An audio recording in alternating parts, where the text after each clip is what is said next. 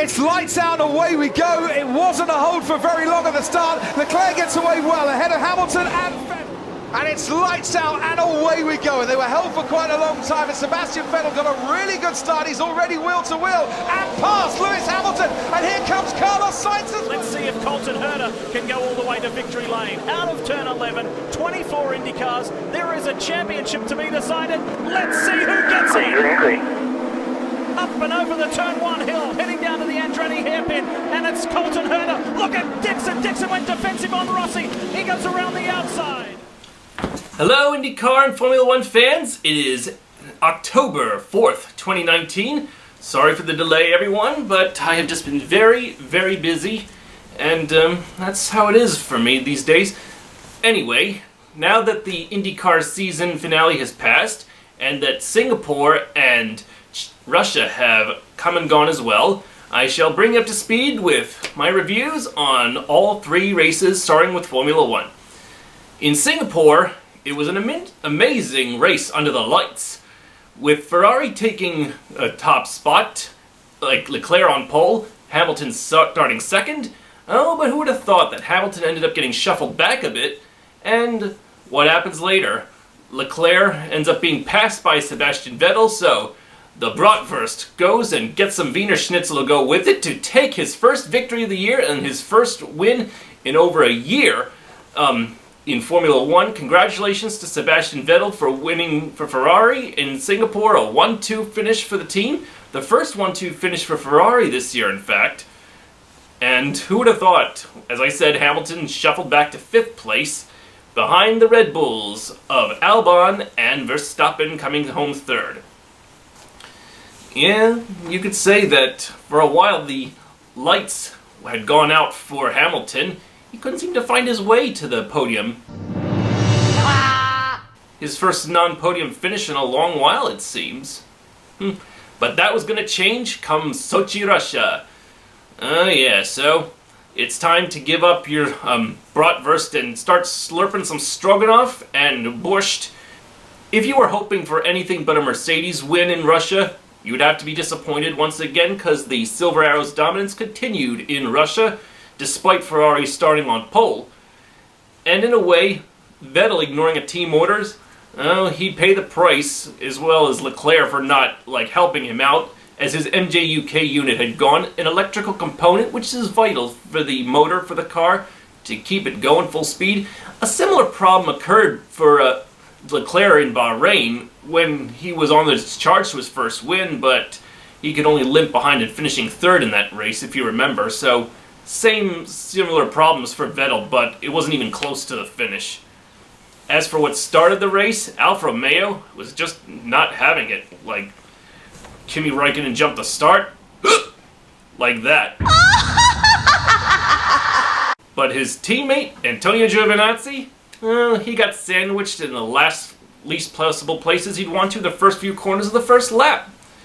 Busting up Daniel Ricciardo's Renault suspension, and for Romain Grosjean, who's finished dead last, his Haas was more of a Haas-bin.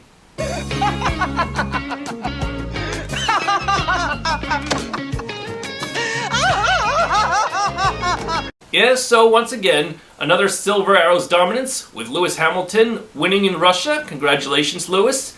And Valtteri Bottas, his Flying Finn 2.0, his Flying Finn 3.0 teammate, finishes 2nd. Leclerc finished 3rd, and a strong performance by Carlos Sainz Jr. in the McLaren Renault, finishing 6th in that race. He was as high as 4th, so maybe McLaren has some somewhat competitive edge still, but will it prevail? Who knows in due time. As in 2021, it is said that Mercedes and McLaren are coming back together. In other words, Renault's agreement with McLaren comes to an end at the end of 2020. We'll see what happens until then for the rest of the season, 2020 and beyond for McLaren. Can they get their winning ways back? Just what the winning Woki team could use. And now on to Laguna Seca, the great race course that was built in '57. Oh, it has its twists and turns, like the corkscrew, of course. Twisting and turning. It's quite the roller coaster ride. And a dominant performance by Brian Herta's son Colton in his rookie year, taking his third pole, and then leads the most laps to win his second race of the season, which was where his daddy-o Brian won his first IndyCar race back in 1998, beating Alex Zanardi to the checkered flag. What an amazing performance. Then he'd win at Laguna Seca again. You might as well call Laguna Seca the Herta House. Because that's where he is going on his performance. Starting next year, Colton Herta is full-time with Andretti Autosport. So it's going to be a 5-team effort with him, Marco, Ryan, Zach, and Alexander Rossi. Who will prevail? Can Herta win more races, if not Indianapolis? Only time will tell. As for the part-timer at that race, Connor Daly, he didn't hit on the Marco very well when he collided with Andretti at the turn 2 corner. Not exactly a daily dream if you get trapped on the curb like that.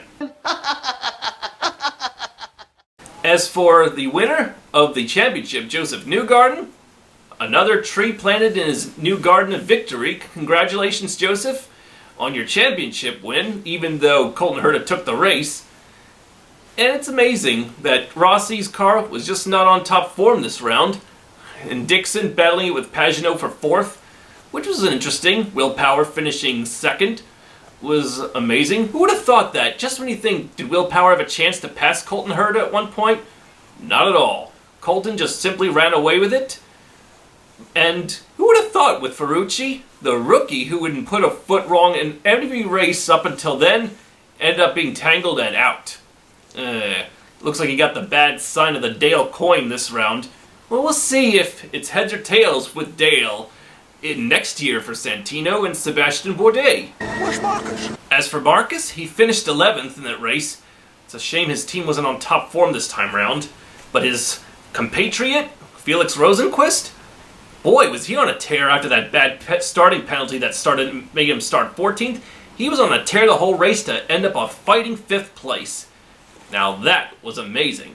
As for, to get back to Marcus and his Canadian teammate James Hinchcliffe, who knows what's going to happen, where they're going to go next year because of the Honda to Chevy switch for Arrow Schmidt Peterson Motorsport. That we have yet to find out. And at least we know Felix is safe at Ganassi for next year. And it's sad that Foyt is about to lose his ABC Supply sponsorship that he's had since 2005. But for next year, though, it will be there for Indianapolis only. So we have to see where the number 14 of the legendary Texan, what will they get a sponsor for in the coming future? Is Tony Kanaan going to be retiring after next year? After driving for Foyt? Now there's a question. ABC's gone, so they mind their P's and Q's all right.